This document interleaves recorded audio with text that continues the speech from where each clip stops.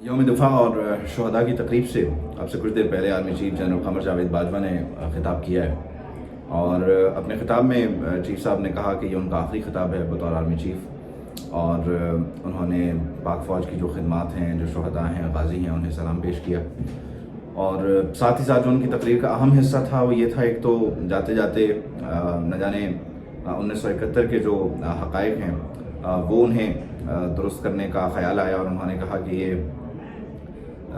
फ़ौजी नाकामी नहीं थी बल्कि ये सियासी नाकामी थी और ये यकीनन उनसे पूछना चाहिए या जो बाकी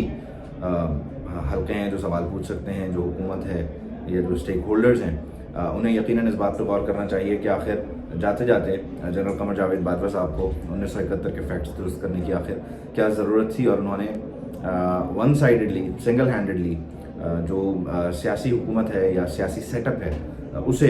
कैसे ब्लेम किया। ये बहसियत सियासत और सहाफ़त का तालिब इल्म मेरा सवाल है और मैं समझता हूँ कि ये सवाल होना चाहिए, इस सवाल का जवाब मिलना चाहिए। अगर इसके फैक्ट्स क्या हैं वो भी सामने आने चाहिए। दूसरा, उन्होंने कहा कि गुज़श्ता फरवरी में फ़ौज ने तय किया कि हम सियासत में कोई हिस्सा नहीं लेंगे। इस बयान के दो हिस्से हैं, एक ये कि सियासत में इससे पहले बड़ा फ़ाल किरदार रहा, इसकी तस्दीक ख़ुद चीफ साहब कर रहे हैं जाते जाते, और साथ ही उन्होंने कहा कि अब सियासत में हमारा कोई किरदार नहीं है और हम अपना कथारसिस शुरू कर चुके हैं, बाकियों को भी अपना कथारसिस करना चाहिए। मजमूई तौर पर ये सियासत से दूर एक फ़ौज के सिपाह सालार का खिताब था, लेकिन एक साला गैर सियासी फ्रस्ट्रेशन भी उसमें नज़र आ रही थी, जहाँ एक तरफ मुलाकातें भी होती रही हैं और मामलात को मोल्ड करने की, सेटल करने की भी कोशिशें होती रही हैं, वहीं वो ये कहते हैं कि वो गैर सियासी हो चुके हैं। और साथ ही साथ इससे पहले सियासत में किरदार क्यों था, ये असल सवाल है। इस सवाल का भी जवाब मिलना चाहिए। और अब सियासत में जो नहीं है तो फिर उन्होंने अपने इस खिताब में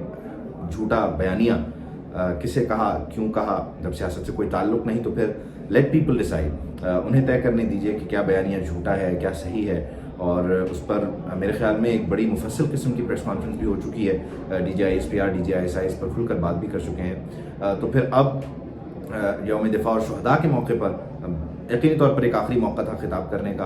तो उसमें उन्होंने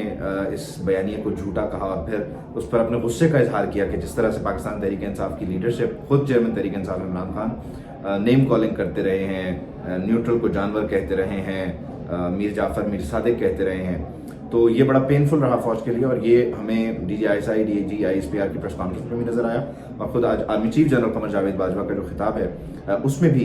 ये गम गुस्सा देखने में आया, जो कि जायज़ भी है। पाकिस्तान तहरीक इंसाफ अब इस मौके पर जहाँ चीफ साहब रुखसत हो रहे हैं और नए चीफ की तैनाती के लिए असम्बली मूव हो चुकी है, अगले 1-2 दिन में डिसाइड भी हो जाएगा, अब दूध से धुली एक राज दुलारी, एक सबसे प्यारी जमात बनकर सामने आना चाह रही है, जो कहती है कि मेरिट पर हो, हमें हमारा कोई फेवरेट नहीं है। जबकि खुद इसी जमात ने गुज़श्ता नवंबर में क्या किया, जनरल फैज़ हमीद को लेकर जो तनाज़ा खड़ा हुआ, जनरल नदीम अंजुम की जो तैनाती थी आपारा में, उसको लेकर किस तरह से एक क्यास था, और फिर साथ ही साथ नेम कॉलिंग जिस तरह से की गई, न्यूट्रल, जानवर, मीर सादिक, मीर जाफ़र,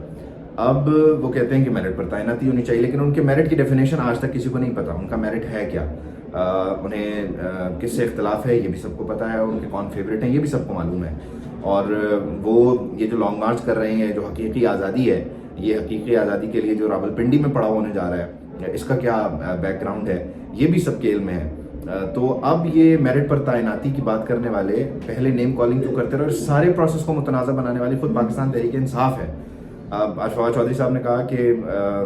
फ़ौज अगर गैर सियासी हो चुकी है तो ये बड़ी मस्बत बात है, जबकि उनके पार्टी के जो चेयरमैन है इमरान खान, वो कहते हैं कोई न्यूट्रल हो ही नहीं सकता, न्यूट्रल तो होता ही नहीं है, न्यूट्रल तो जानवर होता है, तो ये तो अल्लाह से लड़ाई है, ये तो शिर्क है, इंसान न्यूट्रल हो ही नहीं सकता, या वो हक पर होता है या बदी पर होता है। तो अब वो आपस में तय कर लें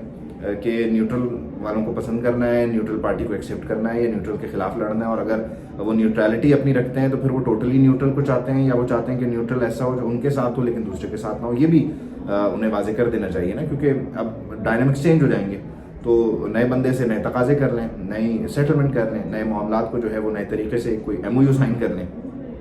लेकिन इस सारे प्रोसेस को متنازع بنانے والی خود تحریک انصاف ہے. اس سارے پروسیس سے متعلق جو یوٹیوبرز ہیں جو ٹویٹس کرتے ہیں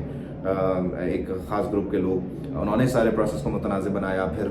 وزیر اعظم ہاؤس میں رات گئے, کیا ہوتا رہا, ہیلی کاپٹر آیا ہے, کسی کے ساتھ بدسلوکی ہوئی ہے, اس طرح کے واقعات اور معاملات. یہ میرے خیال میں ہماری سیاست کو اس سے آگے بڑھ جانا چاہیے. اور آج کی تقریر کا جو ٹیمپرامنٹ تھا, آج کی تقریر کا جو لب و لہجہ تھا, اس میں یہ بڑا واضح تھا, یہ بڑا پیغام کلیئر تھا کہ آپ لوگوں کے بس کی بات نہیں ہے, آپ لوگوں سے ہوتا نہیں ہے, ہمیں آنا پڑتا ہے, ہمیں بیچ بچاؤ کروانا پڑتا ہے, ہمیں معاملات کو اپنے ہاتھ میں لینا پڑتا ہے. آپ نالائق ہیں, نااہل ہیں, آپ سے ہو نہیں پاتا, جس کی وجہ سے پھر لوگ ہماری طرف دیکھتے ہیں. لیکن اب لوگوں نے بھی ہمیں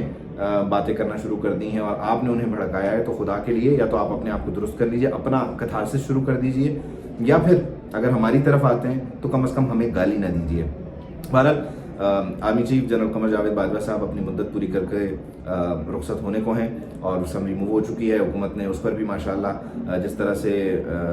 بحرانی کیفیت پیدا کی, اس پر بھی انہیں داد دینی پڑے گی. اگر وہ ایک رات رک جاتے, صبح تک کا انتظار کر لیتے تو اسمبلی ان تک پہنچ جاتی. لیکن رات گئے ٹویٹس کے ذریعے, جس طرح سے وزیر دفاع نے پہلے کہا نہیں آئی, پھر رات 1:30 بجے انہیں بتانا پڑا کہ آ گئی ہے. تو یہ بڑی حیران کن بات ہے.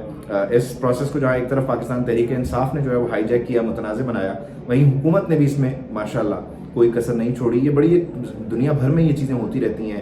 کمانڈ چینج ہوتی ہے, لیکن ہمارے ہاں اس پروسیس کو اتنا کمپلیکس کر دیا جاتا ہے کہ بات سمجھ میں نہیں آتی کہ اس کا سر کیا ہے, اس کا پیر کیا ہے, اور یہ معاملہ کس انجام کو پہنچے گا. قیاس آرائیاں شروع ہو جاتی ہیں. نومبر کیا آتا ہے 3 سال بعد, کہ ایک ہیجانی سی کیفیت ہوتی ہے, اور یہ سلسلہ چلا آ رہا ہے, رک نہیں رہا. جمہوری حکومتوں کو اس طرز عمل پر بھی غور کرنا ہوگا کہ انہیں اس پروسیس کو اسموتھ بنانا ہے, روٹین کا پروسیس بنانا ہے. اس پر ڈائلاگ, اس پر مباحثے, اس پر تقاریر, اس پر بیان بازیاں حکومت کرے یا اپوزیشن کرے, یہ کسی کو زیب نہیں دیتا. تو بہرحال چیف صاحب نے 6 سالہ مدت پوری کی ہے. آج کی تقریر میں ایک اور مسنگ ایلیمنٹ تھا. مجھے انتظار تھا کہ شاید وہ پرسنل کلیئرفیکیشن کا کوئی پوائنٹ بھی شاید اس پہ کوئی ڈھکی چھپی بات کریں, لیکن وہ نہیں ہوا. تو یہ ان کا حق ہے, وہ اس پہ بات کرنا چاہیں نہ کرنا چاہیں. Report is out in the open. تو لوگ سوال پوچھ رہے ہیں, اور سوال پوچھا جانا چاہیے, کیونکہ جب کوئی معاشرہ, جب لوگ سوال پوچھنا شروع کر دیں تو اس کا مطلب ہے کہ حس باقی ہے, اور اگر حس باقی رہتی ہے تو معاشرے میں بہتری کا امکان بھی باقی رہتا ہے. تو سوالات کا سلسلہ چلتا رہنا چاہیے. سوال سے کسی کو نقصان بھی نہیں پہنچتا, سوال ہوتے رہنے چاہیے, اور سوال آخر میں اپنا جواب تلاش کر لیتے ہیں, اور جواب سے معاملات یقیناً کلیئر ہوتے ہیں, اور کلیئرٹی سے انسان ترقی کرتا ہے.